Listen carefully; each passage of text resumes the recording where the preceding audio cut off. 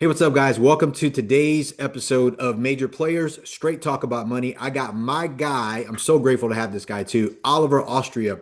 He's a good friend of mine, and I'm really happy to have him here because my goal is always to bring you guys or people who are actually major players in their space and doing big things, right? That's how you get on this program. And for this purpose, because he's so cool, I went ahead and I asked him to go ahead and send me over the things because I want to get this straight, right? Because there's some stuff that I wanted to go through with him, with you guys here. So, first off, this is Oliver, founder of CEO Revolution. He's a CEO and founder of Revolution Realty Capital. It's a private lending shop. They fund real estate investment deals and they're fueling the growth of successful real estate investors nationwide. Let's go. Let's go. um, Let's go. yes. They do bridge, fix and flip, ground up construction investments, DSCR loans in select markets throughout the country. Um, he's actually been involved in real estate finance for a long time. He's done over $1 billion in lifetime production across lending and transactions. That's nuts. We're going to talk about that for sure. Um, Former home flipper in Boston in his past life, and these days he's just focused on scaling up Revolution Capital to be a tech and AI driven platform to make underwriting and funding faster for investors and builders. Man, thank you so much. First, thank you for being successful. Two, thank you for coming on the show today. I appreciate you Thanks for having me. Appreciate it. for Looking sure. forward to the conversation, Vic. Guaranteed, man. Guaranteed. So, man, first, how do you even get into to finance, the real estate financing and stuff like that? Like how do you even get started in something like that? By accident, completely by accident, stumbled into it, and it's kind of a long story. So, I grew up in an entrepreneur household. So, Mm, my family and I, we emigrated from the Philippines when I was really young, when I was 5 years old.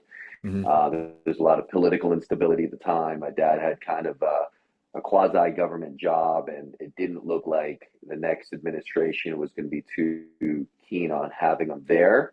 And the way things work in developing countries is a little bit more swift and severe than maybe here. mm, And so, with a lot of uncertainty and possibly safety concerns, my parents decided to emigrate to the United States, which was one of the best things that we could have ever done for our family. And so, growing up, as a result, my father, in particular, had to figure out a new thing to do. He was an engineer. He was in charge of an electrical cooperative there in the Philippines at a very young age. hmm But coming here, he couldn't do that. His degree didn't count, didn't apply. He would have had to go to school all over again. And so he found himself supporting a young family, more or less doing anything that it took to put food on the table. And so we first moved to Houston, and then he used to work the oil fields. He would go to the Gulf of Mexico, drive 300 miles a day, and just try to, you know, make things happen, right? And Wow, so we wow. ultimately found ourselves, in Boston, and he did everything, to try to make things work, including um, buying a small store, a small little grocery store that we all worked at when we were young. And that's when we first started, me and my three brothers first started really kind of understanding entrepreneurship, Mm, having a certain level of responsibility at a very young age, handling money at a very young age, right. learning that, this is, you do what you can to contribute to the family. And that means getting up early, not spending, weekends like normal kids or summers like normal kids. It's a family business. Right. And so that really stuck with me. And my goal was to kind of do, something similar, Mm, take my life and, my direction into, something that, was kind of just mine without having to, work, a corporate job and do the things that, they kind of train you at university. So, right. um, yeah, but I still didn't know what that was going to be. So nonetheless, um, we ended up working, you know, to get through school, college, and then after college, my first job out of college was uh, as a consultant, during the dot-com boom. And Mm. then, I was a kind of a high-paid consultant. I didn't know shit, and they were What did you paying go me to good. is that what you They were did? paying. Is that what you went to college for? I went to school for finance, Okay, okay. business and finance, but I got paid more money than I should have been paid because, coming out of college, you don't really know anything.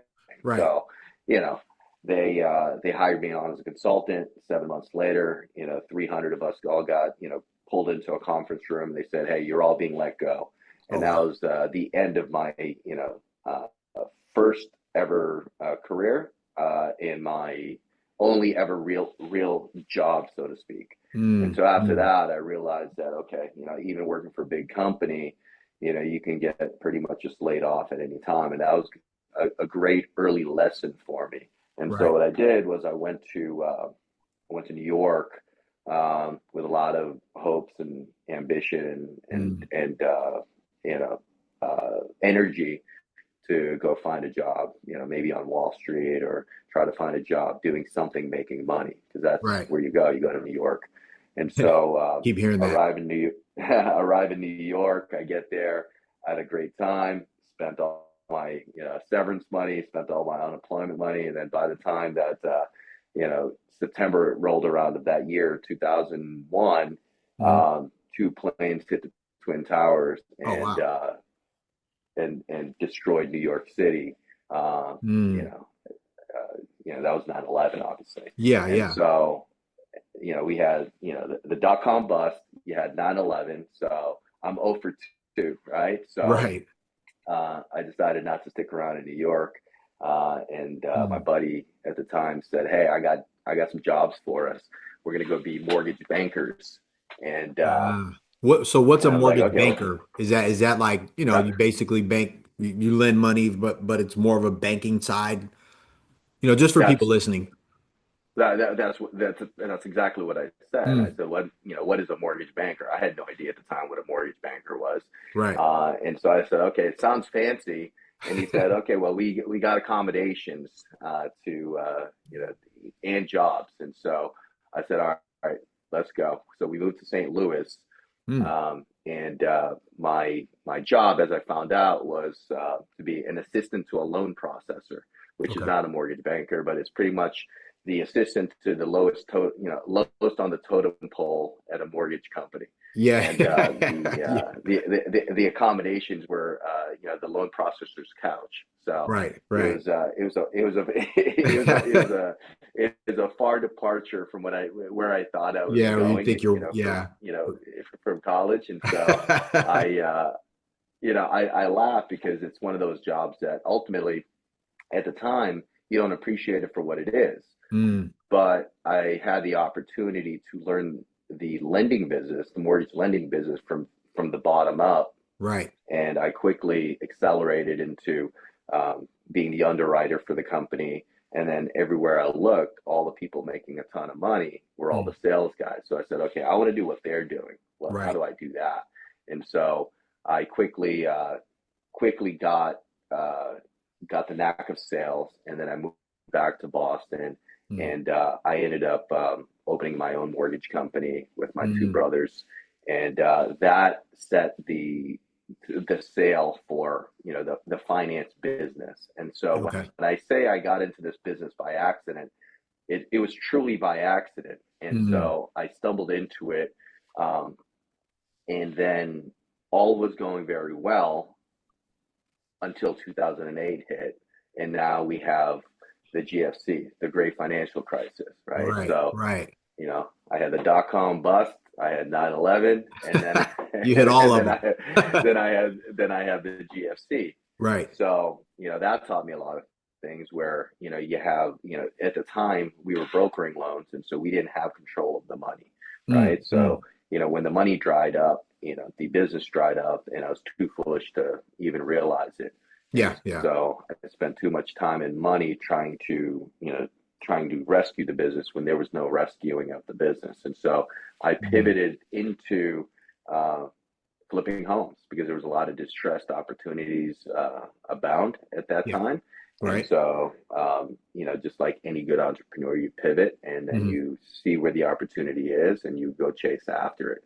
And so I started flipping homes. We did single family renovations, condo conversions, all in the residential space. We did a smattering of commercial flips, but for the most part, it was all small residential deals, and that laid the groundwork for me really truly understanding the needs of a real estate investor that's looking for financing because I was Right. borrowing money at the time from the local hard money lender.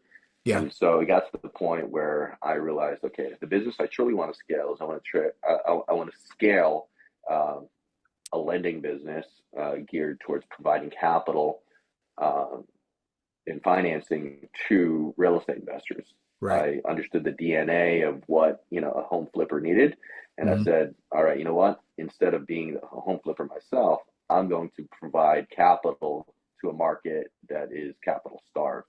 And Right. so I started talking to friends and family. We started lending, pools of money, and Hmm. then shortly after that, uh, we organized a Reg D fund in 2013, Hmm. um, raised $20 million and uh, leveraged about $10 million for to go out into the Boston marketplace and start lending money. And that's how we got started. That's how I got Mm. started. And then eventually it just kind of snowballed into bigger things. Eventually I partnered up in 2016 with a large San Diego based private equity firm, Okay. to expand the opportunity from just Boston to a nationwide footprint. Right. Wow. Dude, you have a legit journey. And you know what's cool about everything that you're saying is because like, that's the whole reason why I'm doing this because always said like people have exposure, like they grew up around money or they have an experience and they're like, dude, like I got to go make money. I got to hustle. And it's Yeah. interesting because everyone gets there, right? But to your point, like you had an experience and it was like this chain of events that kept one or the other, it was like kept really just kind of pushing you forward from what I can tell. So, well, Yeah. survive Yeah. or die type Yeah. deal, I right? mean, yeah. It was one of those things, and you have to have a certain level of belief. You have to have a certain level of tenacity, and you just have Hmm. to, keep putting one foot in front of the other, because either way, I mean, let's just say I stopped, after the dot-com bust or stopped after the 9/11. You could justify the decision to keep going or not going depending upon what you ultimately do, but I Yeah. chose to keep going. And I think so. The Yeah, so the thought I was having was, more or less just you got to keep going, right? Yeah. So you got to keep going, always iterate, be thoughtful about, the steps that you're making, but Right. you got to keep going. For sure. So, and thanks for sharing that, bro. Like that's we had a very similar journey. Unfortunately, I didn't get the chance to do the college Wall Street stuff, but I got in the business of, real estate at the same time well, I didn't know, kind of like you said, like, dude, like all these things are happening, but looking back, hindsight 2020, it's a market crashing, but in the time it just feels like the waves smashing on you, right? Yeah, But I got into the business around the same time as real estate had the what is it called? The great financial whatever. Basically the market crash for yeah, real estate. yeah, So, but I wanted to ask you yeah. because I think this is important. Like, how was little Oliver? Like, how were you as a kid? Like, were you always this way driven, or was it aside from the family stuff? Because you can have a family that's entrepreneurial, but that doesn't mean you were like, were you always driven, or was this something that just kind of happened over time?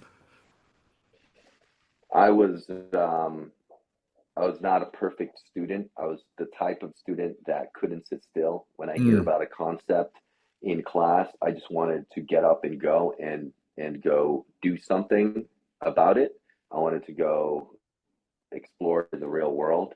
And so I think that was I was always trying to um, I always thought about money in a way where it was kind of like a game, right? It wasn't Right. necessarily, like when you're a kid, you don't, you're not thinking about private jets. At least I wasn't, Yeah, right? me neither. You're not thinking about all the, houses and all this stuff. I mean, I can remember, being young and playing video games and, wanting to amass, winnings, like Hmm. money winning, like fake money, So that's how I was growing up as a kid. I think I was um, more competitive than the average kid. Yeah. I don't, I don't recall. I didn't like losing. That's what I recall. I didn't Yeah. like losing at stuff, and I think um, there was this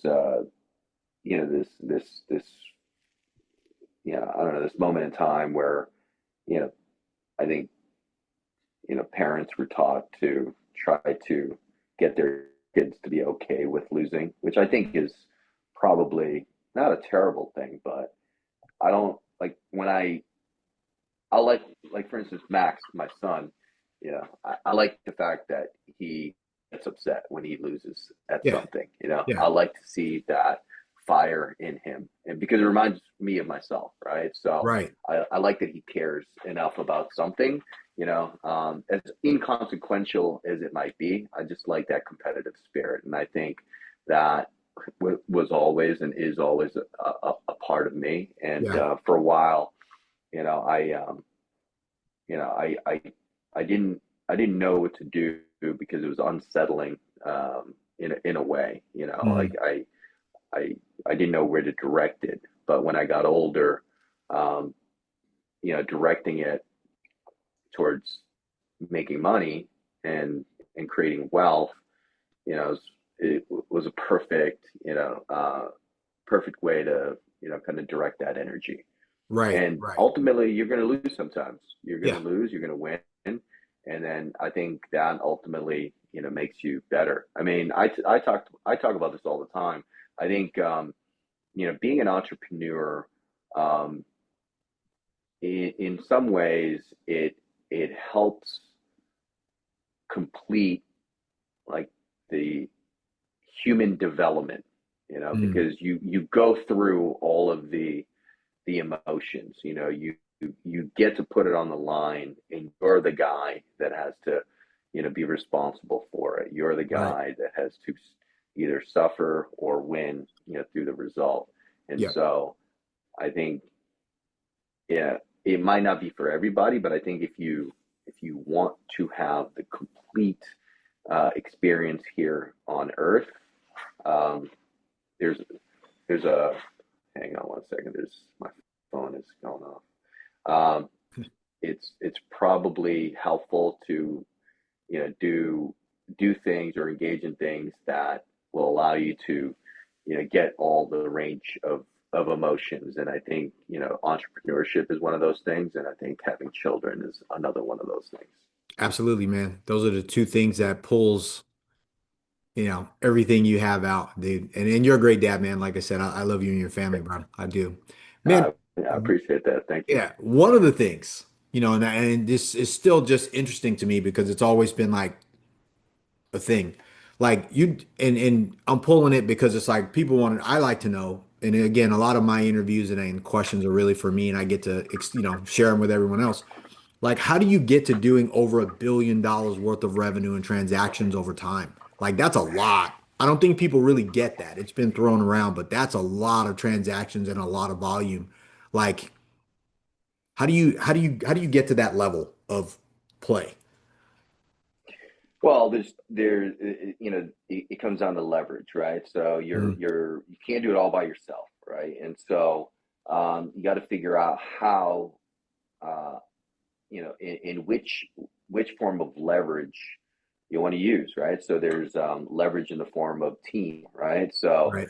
you assemble a team, you figure out what everybody's good at and figure out how they can, be part of a team that can um, be an equation where it's 1 plus 1 equals 3, right? Mm, And right. so um, and then another thing is technology. We're knee Mm, deep in. technology and being able to you know in make more efficient our efforts day to day. And so Right, I think right. we live in an amazing time today where the technology is getting better and better. With Hmm. AI, it's getting cheaper and cheaper to do things. Sam Altman of OpenAI predicted that at some point in the next few years, there's going to be single person founders that are creating billion-dollar companies because you just don't need as many people as you used to have before. And so Right. that's a very exciting thing for me. And so we're working hard at that every day, trying to Hmm. figure out how we can um, get more out of our current team and deliver more value to our clients and our investors. And Right. so, I mean, I think the short answer is just leverage of somehow, Of other some way. people.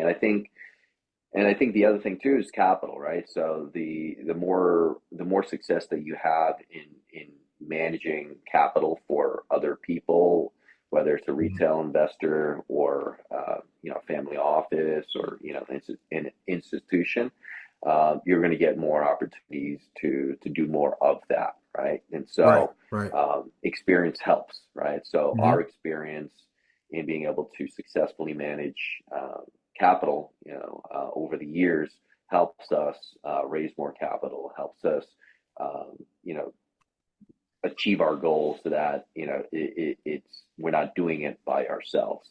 Right. And And so, you guys deal primarily what, family office, institutional capital as it relates to the lending side? Is that what you guys do, or a little bit of both? yeah, yeah, a little bit of everything. Mm. We have accredited investors, we have family offices, and we have a lot of relationships with institutional capital where Mm. we'll sell our loans to these institutional capital partners. Right.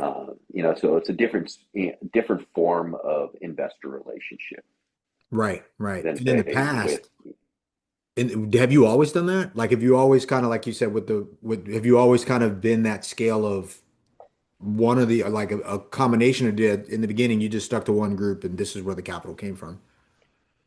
well, in the beginning, it was we're taking whatever we can get, right? Okay. So we're at first it was friends and family, Mm.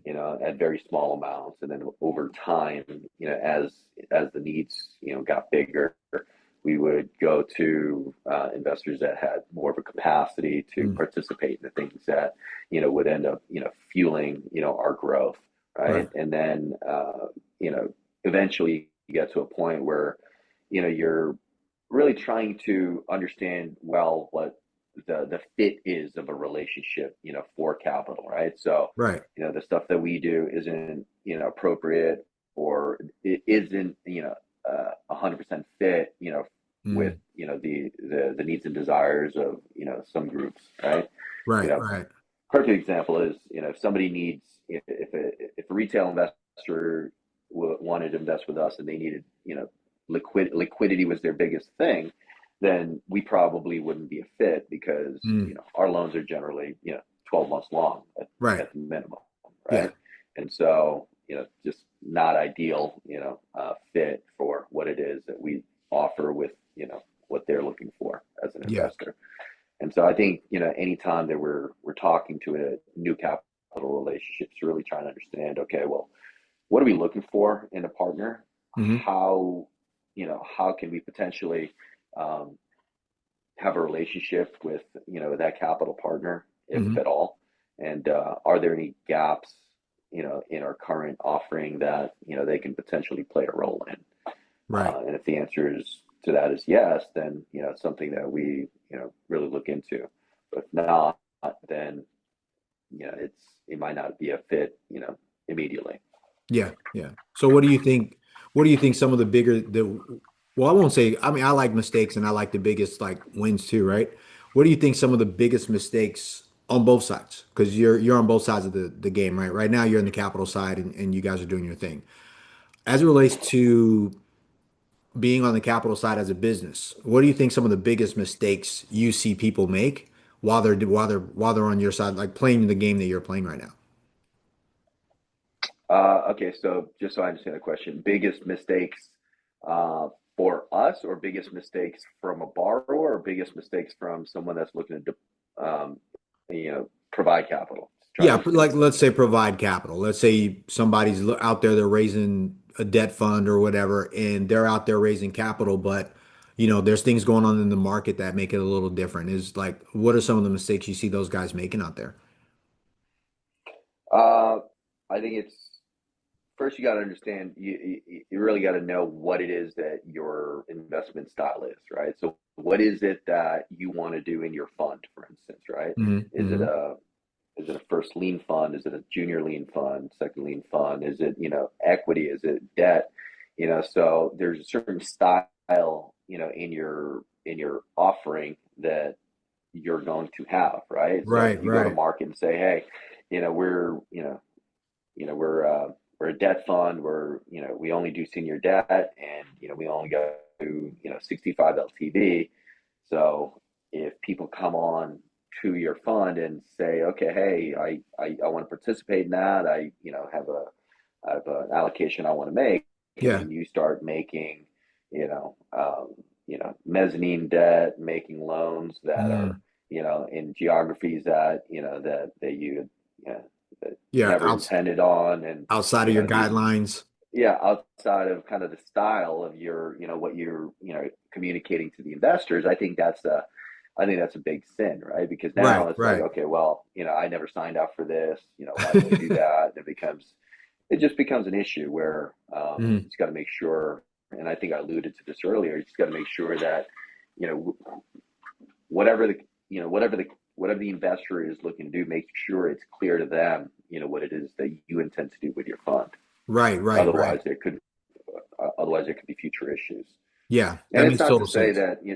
it's not to say that you can't, you can't make a suggestion, or just say, hey, we're looking at these opportunities, and now I'm communicating them, to our investor base, and get their thoughts and opinions on it. But it's important to just have clear expectations on both sides. Right, right. Man, that makes total sense too, because I get guys like that. They want to invest in the fund, but they want special treatment. And I'm like, we're not structured that way. So if you want, I mean, you can invest in the fund the way that I want to do it. And if you need a side project that's outside of the fund and you're partnering with me, but how liquid are you? And then it needs to be so good that I still want you in the fund. But if we're going to partner outside of it, let's do that. But that Yeah, one's different. It's not the same. So yeah, I totally get what you're saying, and thanks for saying that because a lot of times people don't get it. Like I always have this thing about people who lend capital and they're on the money side, like they're not sitting at their desk waiting to tell you no. Like you have to have they have a guideline we call it a buy box from buying stuff, but everybody has guidelines, right? And they have bylaws, mandates, whatever it is that they right. they call them, but that's how it has to play. So I've seen that somebody goes outside of what they already know, like, here's what we're doing. And then when something goes sideways, they're like, man, you know, it's like, when you're dealing with capital, you can't gamble it. Like this isn't that game of gamble. So, and you don't do what you do as long as you've been doing it, losing people's money, like you said, like number one rule is do the right thing capital wise, you know? Hold Yeah, on 100%. hold on one second.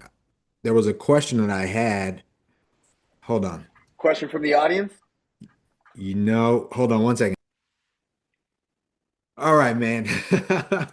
So, one of the things, the other thing that I like to kind of ask, especially because we're talking about like, do's and don'ts and mistakes and stuff like that right now. And thanks for sharing what you did say, because I was saying this, I was talking to another guy, they do business loans, financing, things like that, but he's also a accountant tax guy.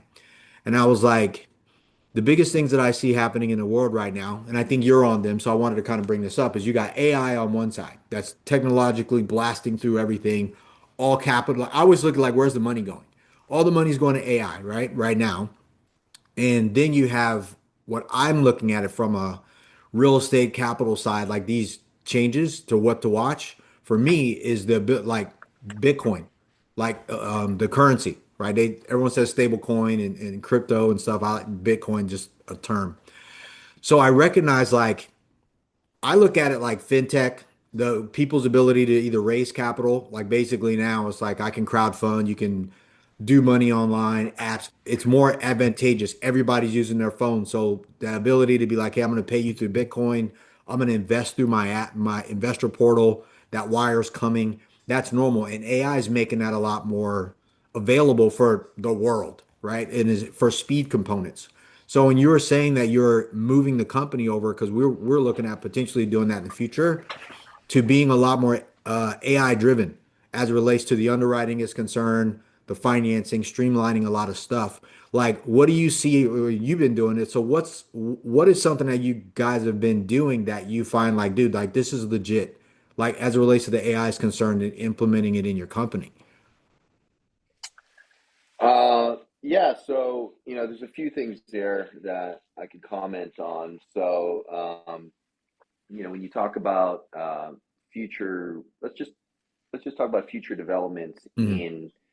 in finance, right? So, one thing that I'm really excited about is tokenization, Mm. tokenization of all assets Wow. Okay. across the marketplace. And so, um, Nasdaq uh, made an announcement a couple months ago where they said their entire platform is going to be moving towards a tokenized exchange in the next couple of years. And I think Mm. that might be 2027, 2028.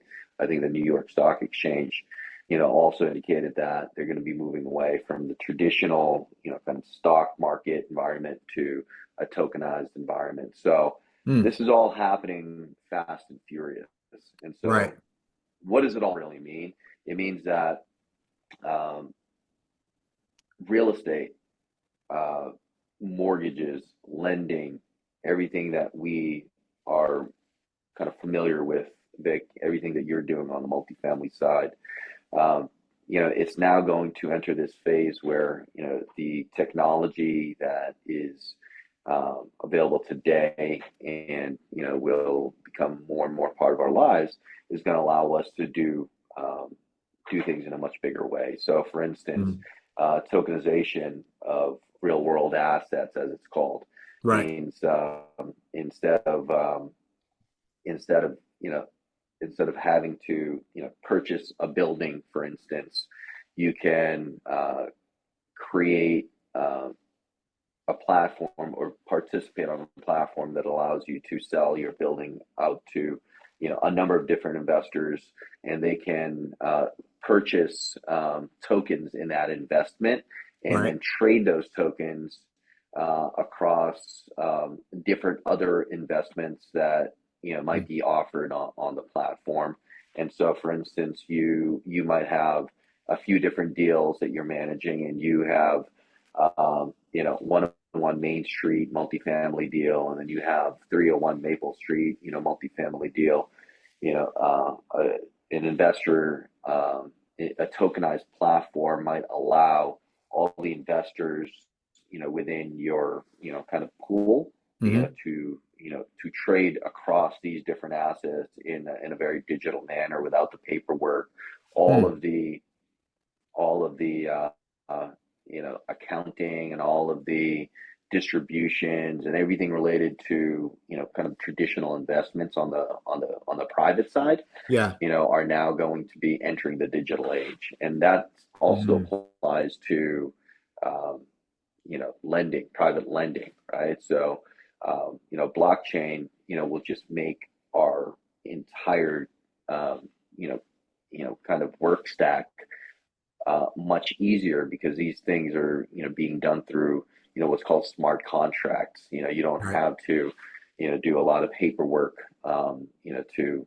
kind of you know get an investment deal kind of done in. You can just trade tokens within a wallet, and Mm. I think that's where everything's headed towards. So you know Huh. if you know if if if if we get to that point, in where the technology, really gets kind of ubiquitous across the investment space, it's Hmm. just going to open up so many more opportunities for us, right? So Right.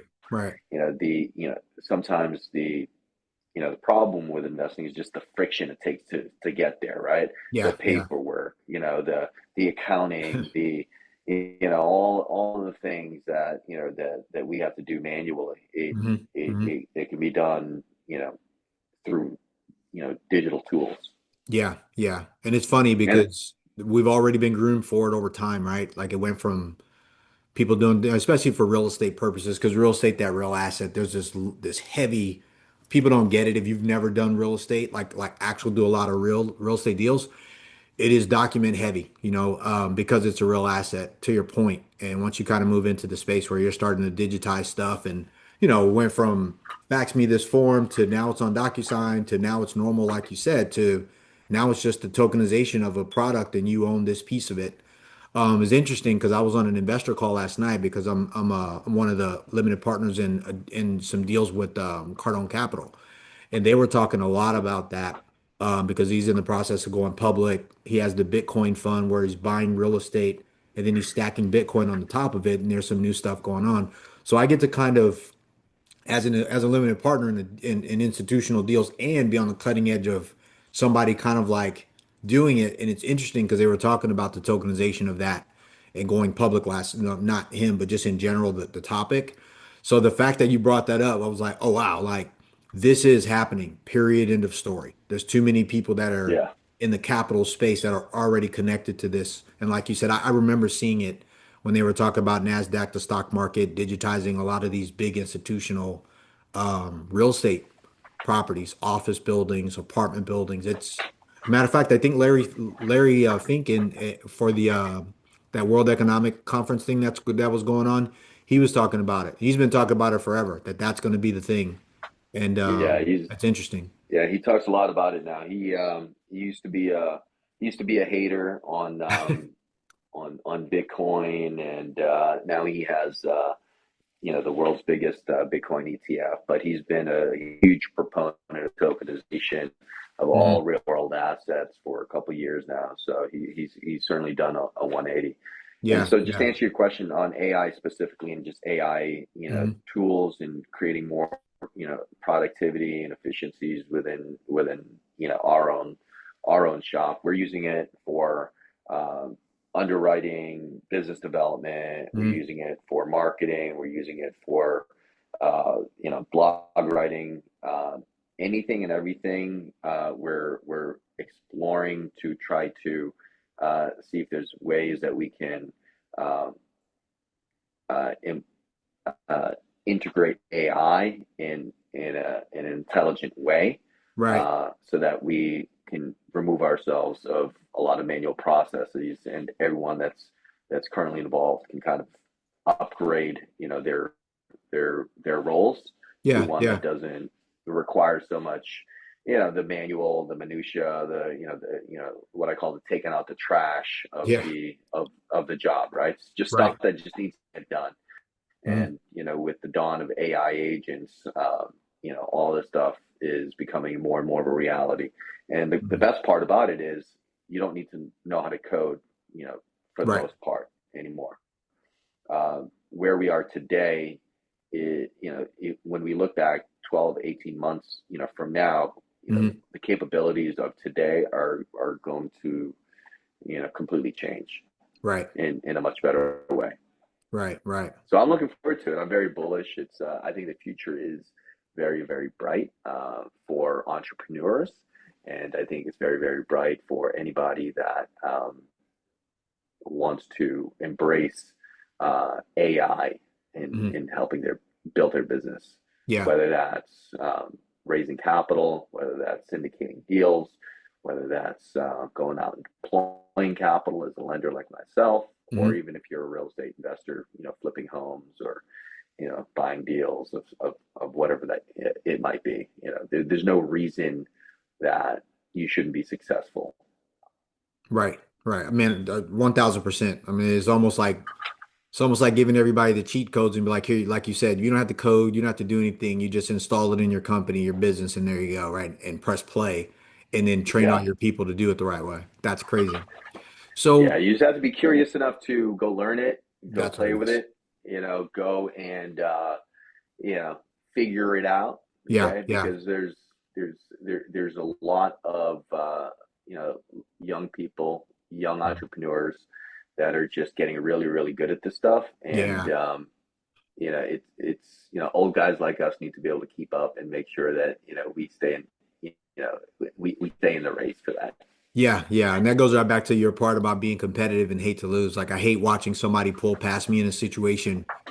So it's when anything new comes out, I'm like, all right, what is that? And I start playing with it and becoming more like, all right, I don't know what I'm doing, but I'm just gonna enjoy this moment. Maybe it'll go away. That's crazy. Yeah, Yeah. yeah, So that said, so like, I mean, I'm raising money and raising capital, and I'm constantly looking for deals. The debt market has been nuts. I believe the debt market's going to do a lot better this year, and if it doesn't, I think the hostile takeover and the gun to everybody's head's probably gonna. I think people are a lot more optimistic this year with real yeah. estate stuff. What do you like about what I'm doing? And like because I'm focused on with my fund focus, it's accredited only, but I'm going after a better class of real estate in a much tighter market. Um, what do you like about what I'm doing, and what do you not like about what I'm doing so far as what we're doing over here at Bell Capital, which what we've talked about? Yeah, I mean, I think what your focus Mhm. is, you know, the thesis that you have for well placed, high quality assets in a top market in the United States, Mhm. um, given the shortage of housing units, especially in California and across the United States, is a no-brainer. So I love what you're doing, you know, Mhm. from a business standpoint, Right. and I think that you know, your target is, you know, it is exactly where you know, you should be. Mhm. Um, you know, I think that what you're doing is also it requires a lot of skill sets.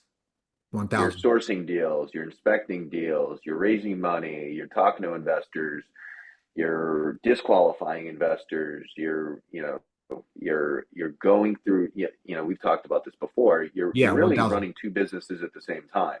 Yeah, And yeah. so, you know, I think it's important to acknowledge that. And, you know, it's important to try to figure out how to, you know, kind of be two places at once, if you will. And, Hmm. Hmm.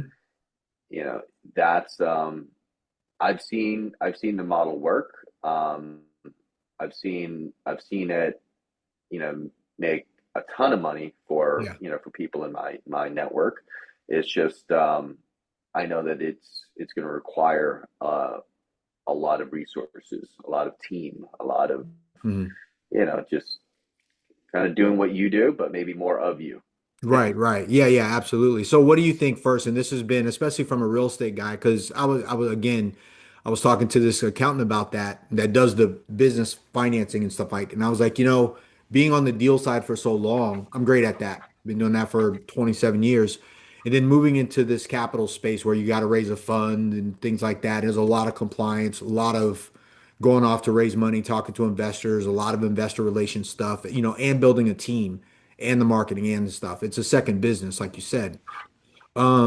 Question always is what comes first, the chicken or the egg, right? And you're on the capital side, so a lot of guys in real estate will be like, yeah, the deal's most important, which I believe that too, because the deal has to attract capital and you have to present something. But then you have people on the other side that are like, well, you need the money first. So what are your thoughts? I mean, I know you could be biased because you sit on the finance side, and I have a saying, the money always wins, right? Because you don't pay. Real estate's the one business that corrects itself because Yeah. the money's going to take the real estate and it's going to liquidate it and get its money back. What are your thoughts? Chicken or the egg as it relates to capital or the real estate? Well, you know, I think the easy answer would be to say both, Of but course. let's not go there, right? So Yeah, yeah. let's just play it out. Let's just Right, play it right. out, right? So, all right, what happens in a situation where you have the deal but not the Hmm. capital, and what happens when you have the capital but Without not the the deal. deal, right? Right, right. So, who's involved on the capital side and who's involved on the deal side? So on the capital side, you have the accredited investor, right? And maybe, the RIA, the maybe an advisor to some investor, right? Or maybe Hmm. it's a family office. And then on the deal side, you have either the seller himself or herself, or the broker, or who's ever advising on selling the real estate. So Right. if you for the same situation, let's just say that you had one and not the other, right? So, you know, lined up the capital, right? And you said, "Hey, Mr. Capital, Mr. Moneybags, whoever you are, thank you. We're good. Thank you for your commitment." And then, only come to find out that you don't have the deal. Right. So Deal's not the tied up. capital says, yeah, so the deal's not tied up. So the capital's like, "Oh, okay, well, you know, I guess catch me on the next one," Right. or keep me posted, or Hmm. okay, or yeah, keep the money in your escrow account, or you can send it back to me. Whatever, what I don't want to delve too much into the details, but Right. he's not going to be heartbroken for the most part. Would we agree? Absolutely. Okay. So let's talk about the deal. So you have the deal, but not the capital. So let's go to the deal. Okay. Hey, Mr. Broker or Mr. Seller, thank you. We're under agreement. Only to come to find out that you don't have the capital. Yeah. Yeah. It's ruined. So People what's spread your name like a venereal disease. yeah. So That's what's the the game. reaction there, right? Yeah, for real. Right. So you can't perform, right? Yeah, yeah, yeah. Is their response going to be maybe a little harsher, a little bit more 1000%. relationship ending? Yeah. So I think just based on that scenario, maybe you get the capital first. Hmm. Hmm. Yeah. I've been, I did a presentation with a group and I was telling them, they were like, why not just do the syndication model? Because these are all people who are already invested in syndications. And I was like, well, when you're in a competitive market, the fund model to me makes more sense. Yes, it's harder, but like you said, one, you're a preferred guy, like a broker will talk to you and say, okay, well, I don't think he's going to have a problem pulling the trigger. We see him, he's public. And I was telling them, you can't really build a business off of being a syndicator, but you can raise capital all year. You can talk to your investors. You can go off and you can make those relationships and you can keep them going without the pressure of running to them if you're a syndicator and go, I got a tiger by the tail and I need some money. That moves into the neediness, right? One of my buddies, Oren Claff, who does Pitch Anything, he talks about that raising capital. Is like, dude, don't be needy. And how do you not be needy? Is you usually start to kind of build your pool of people ready to go first while you're going off to source deals and then bring them over and say, meeting of the minds. But yeah, it's a little toughy when you get to the brokers and like you said, you can't perform and they're going to be like, hey, you need to start taking that Viagra early because that's what's required here. Um, so, Yeah, yeah, and then you can start getting creative, right? So you right, can right. other some syndicators that I know, they've always had this. They've been able to create a relationship with Hmm. a deep pocketed Yeah, strategic partner, right? So yep. okay, hey, Mr. Strategic Partner, we got this deal under agreement. We need to close in 30 days, Hmm. and then we'll we'll cut you into the deal in a special way, and then we'll raise the money, post close, and then we'll get Yep. you out, and then you'll still retain some percentage of the deal, and your role is to just be a short term bridge until we can get the money raised. Yeah, we have people like that too. Just fund it and then backfill it with the fund as we get the right deal. And that turns Yeah, into like that's exactly what you said. So no, man, thanks for that because I get a lot of people like that. They're like, chicken or the egg. And 30, 20 years ago, 10 years ago, I'd have been like, yeah, the deal. But now, yeah, and it goes right back to what we talked about earlier about the evolution of like how things have changed. So it's like especially being in the real estate space and you're in finance, so it's the same thing. But if you watch real estate and you watch your transition into cycle after cycle, then you have to be aware of like, okay, what cycle am I gonna be in, and then who benefits in what cycle. Typically, if you can raise capital and you can be like, hey, I'm gonna build a business of buying real estate, and then that way you can actually take over the real estate as it comes available. But every cycle is different. So it's like you watch people lose and you go, hey, who did okay? It was probably the people who had the capital, who control the best deals. And then when that cycle goes and it comes down, the next wave of people who had the capital and they got better deals than the last one, they're the ones who always make it. And I just been watching that play out over and over again. I didn't know how to get into that game because I was always like, the deal facilitator, structuring deals.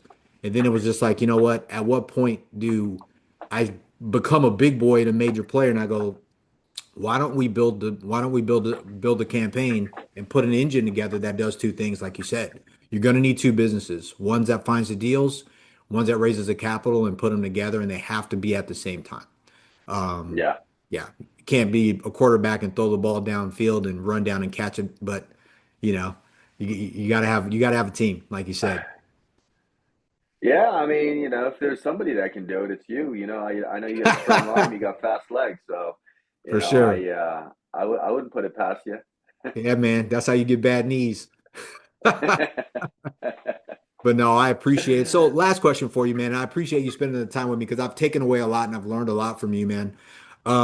Aside from this, so what do you think that it takes to become a major player in your space? Like what you do? Like what is that for people? Uh, it depends how you define it, right? So Mm, I think the term major player sounds amazing. I think it speaks for itself. It just kind of depends on what it is that you're looking for yeah, for you, for you. in for me it's to be able to build a young team of talent Hmm. that can be ultimately um, huge value adds to the organization and kind of like grow them here organically Yeah.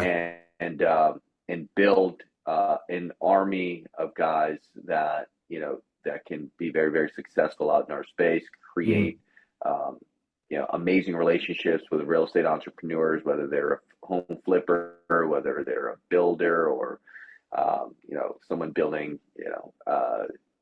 something unique, in a particular market, Yeah. um, and then ultimately pair that up with an amazing, framework for technology, Mm, in that embraces everything, AI, and utilizes us kind of in our best, um, uses us in the best possible skill sets that we can possibly contribute to the company.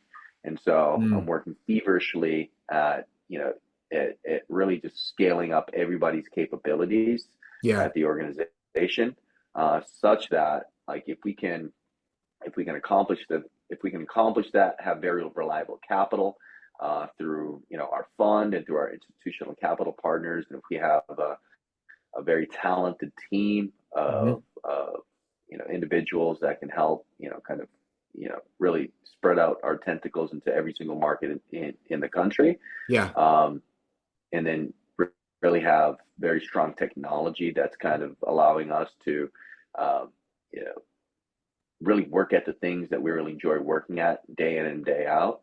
I think the net worth, the growth of the company, the success of the company, and Mm, ultimately the profits of the company, will come.